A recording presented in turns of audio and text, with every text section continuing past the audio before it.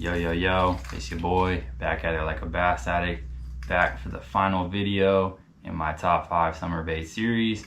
And today we're getting into the fun stuff, talking wake baits. So we've been kind of talking about a lot of the fun conventional summer techniques, frogs, flukes, stuff like that, walking baits, but we haven't really talked about any big baits. And so I wanted to kind of break out of the box today and talk about a bait that I've been gaining more confidence with, learning how to fish better, and it's been catching me some big fish this year. So hopefully I can kind of dive in about what's been working for me, and maybe it'll open your eyes to a new bait, new technique to try out, and chase some of those bigger bites. So without further ado, let's jump into it with the wake baits. So the first thing we'll talk about is some of the areas that I like to target when I'm throwing these big wake baits. And for the most part, it's really pretty simple. A lot of my casts, I'm gonna be keying on just super obvious ambush zones. So a lot of times that's gonna be up shallow, especially in the summer, but I might kind of branch out and fish a little bit deeper water if there's some good looking ambush zones, like deeper docks or something like that. But for the most part, it's going to be up shallow. And for me, on my fisheries around here in Northern California, it's a lot of vegetation. So in the summertime, you get that good weed growth. So I'm targeting a lot of weed lines. So if you got like a good weed edge in that shallow water, that's a great place for a big bass to position. I'll kind of parallel stuff like that with the wake bait. Also toolies, so toolie clumps, toolie points, the back sides of toolie clumps where you get a little bit of shade, a little shade pocket is a great place for a big bass to position. What else? Laydowns, I don't necessarily run into that a ton on my fisheries. It's mostly grass, but we do get a few laydowns, and if you don't have a lot of laydowns, honestly that could be better, because it means it's a rarity and a big fish is probably going to take that spot and hold down that piece of cover, since it's not very common. There's not a ton of trees sitting in the water, and so those big bass like to take those best pieces of cover, those best ambush spots, so they can position themselves to feed and get a big meal. So those are all great spots. Also docks, so like the edges and corners of docks or the back sides of docks where you get a shade pocket. Any type of shade, especially in the summertime when it's hot, is going to be great for a bass to ambush, and they use that to their advantage to feed on bluegill and other bait fish. So those are a lot of the areas that I like to target, but really whatever you feel like is the key ambush zone on your fishery up shallow, that's what you should be focusing on with a big wake. So next we'll just talk about some of the baits that I like to fish, and today we'll just keep it pretty simple. I'm going to talk about 2 baits that I've gained confidence in and caught fish on this year, and just stick with that, because it's really easy to get caught up in all these different swim baits and buying all this gear, and I'm guilty of it also. Like, a lot of this stuff is cool. There's a lot of amazing baits out there from these small bait makers, and it's just easy to get caught up in that. And so I've tried to just dumb it down and find some baits that works for me, and to just stick those in my hands and grind, because the more casts you make and the more confidence you have, it just ups your odds of running into those giant fish. So this has been kind of one of the first wake baits that I got into, and this year specifically it's been catching me some big fish. So this is the Toxic Baits Wade Hoggs. Toxic Baits is a local Northern California brand. Cesar Chavez is kind of a local Delta fisherman, and this was one of the first baits that he came out with that caught some buzz, and it's caught a ton of big fish. It's won a ton of money out on the Delta.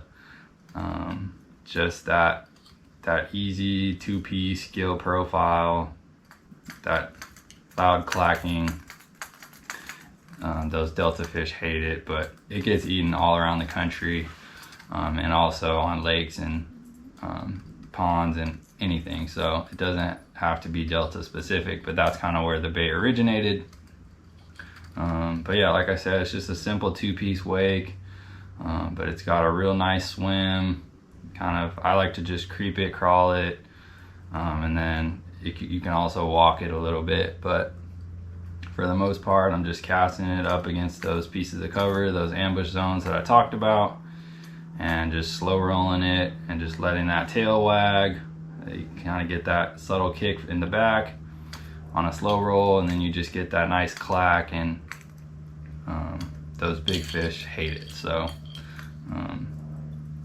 I've caught some good ones on this one for sure, and it's kind of become one of my go-tos. But he has this one, he has a 3-piece weight, and he also has a it's called a whippersnapper, or the Wade Junior is just kind of a smaller version of this. It's also a 2-piece. So if you don't want to go with such a big profile, the whippersnapper or the Wade Junior is another great option. But yeah, Toxic Bait Wade Hoggs, if you haven't fished it, definitely check it out. Support a small local bait maker and catch some giants.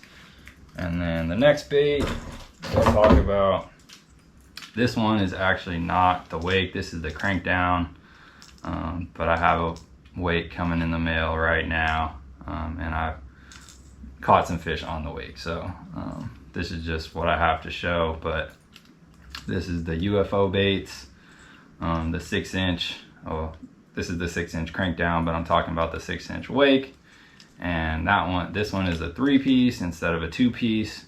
So as opposed to the Wade Hoggs, you get just like that loud clack, that 2-piece knock. This one you get a little bit of a more fluid motion. With that 3-piece, it's kind of a more lifelike movement, a little more swing in the back, and those joints are also a little more loose, but you definitely still get some clack on that slow retrieve. The good thing about this bait is it's a slender profile as opposed to the super fat profile of the Wade. It's also really balanced, so you can burn this bait. The Wade Hoggs is not really a good bait for burning.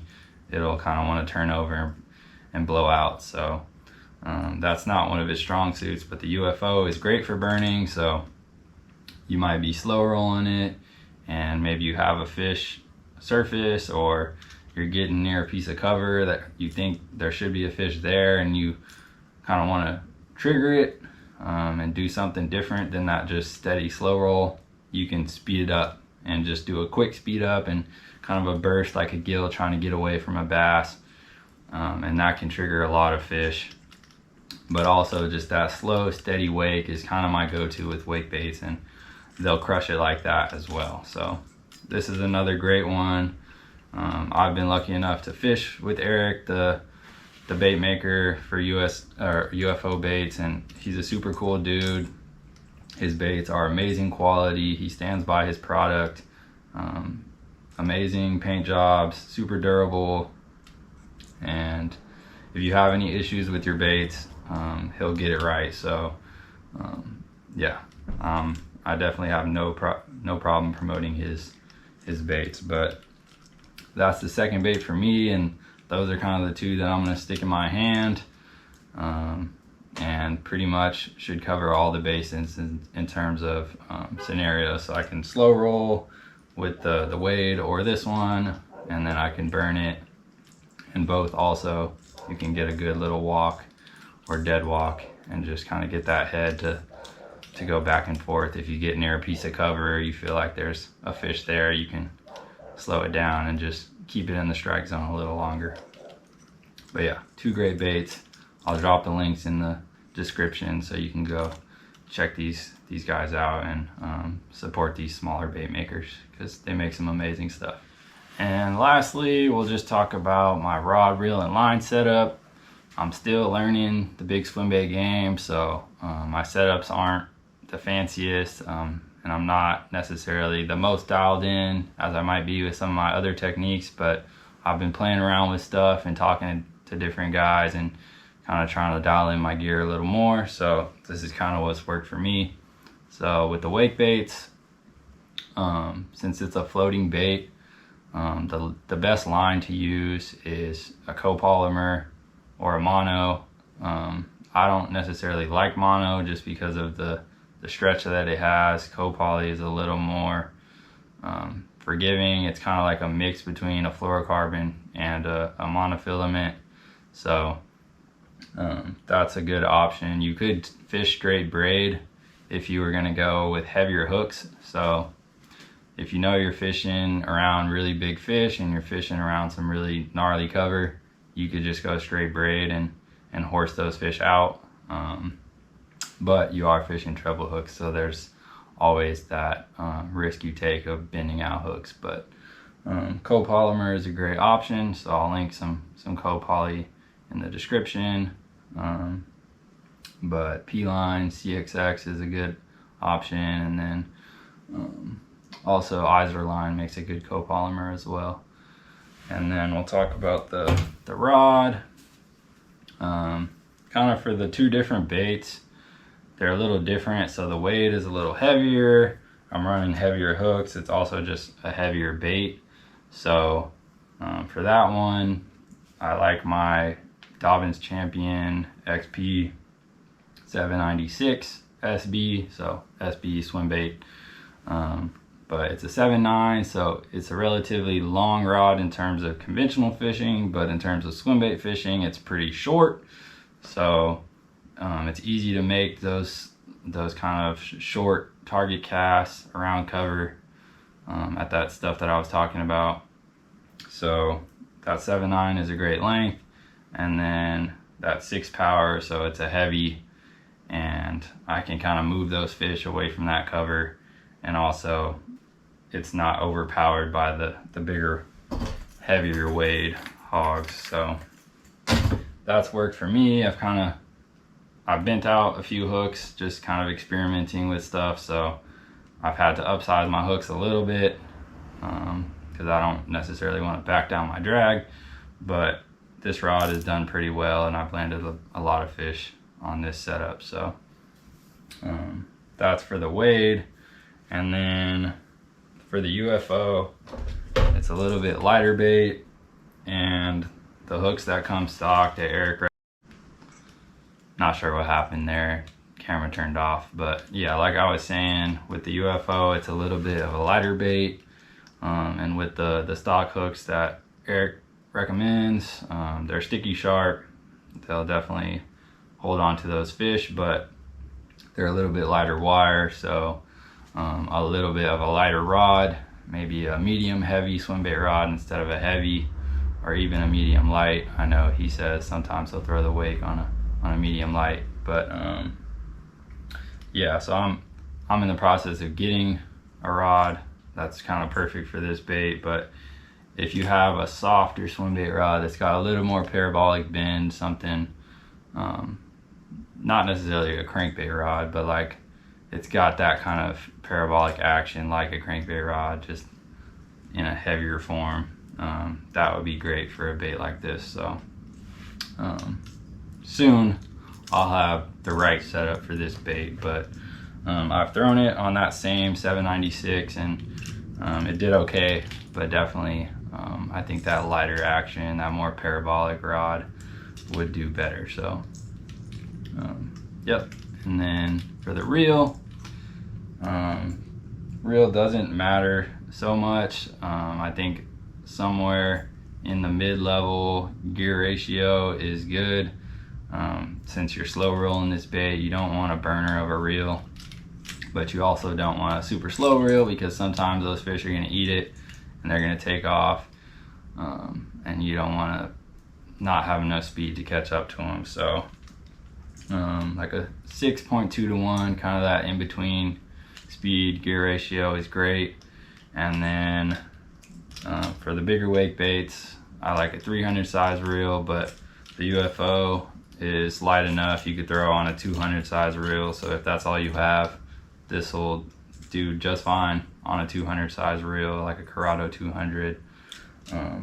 And then you could bump up to a Curado 300 for those bigger wakes like the weight hogs. But yeah, those are my recommendations. Not sure if I said on the line, but somewhere in the 16 to 20 pound test for that co-poly, and then like a 50 to 80 even pound braid. Maybe 65 is kind of that good in between that I would go with, but that's kind of the line weight range that I would recommend. But yeah, wake baits are, in terms of swim baits, they're really one of the more simple big baits that you can get into.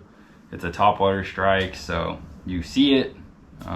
It's really easy to know when you're getting bit. It's not like a big soft bait where you have to wonder if you're getting bites. And the retrieve is really pretty simple. It's just a lot of slow rolling with maybe some speed ups and some walking mixed in, but really easy baits to fish, and they pull giant fish out of cover. So if that's something, if you're looking to get into big baits, if you haven't fished wake baits and this is kind of intriguing to you, definitely give some of these baits a shot. You won't be disappointed. They catch tons of fish. I'm definitely not the only one who can vouch for these baits, so go online and watch some videos of other guys smashing fish on them. But yeah, that'll kind of wrap up my top 5 summer series. Hopefully it was all helpful information. If you didn't check out the past other 4 videos, definitely go check those out.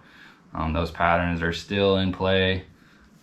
The nights are getting colder, so we're gonna start transitioning into fall here pretty soon, but it's still hot in Northern California, so don't want to be in a rush to switch over to those fall techniques. These summer baits are definitely still catching them. So that's it for this series.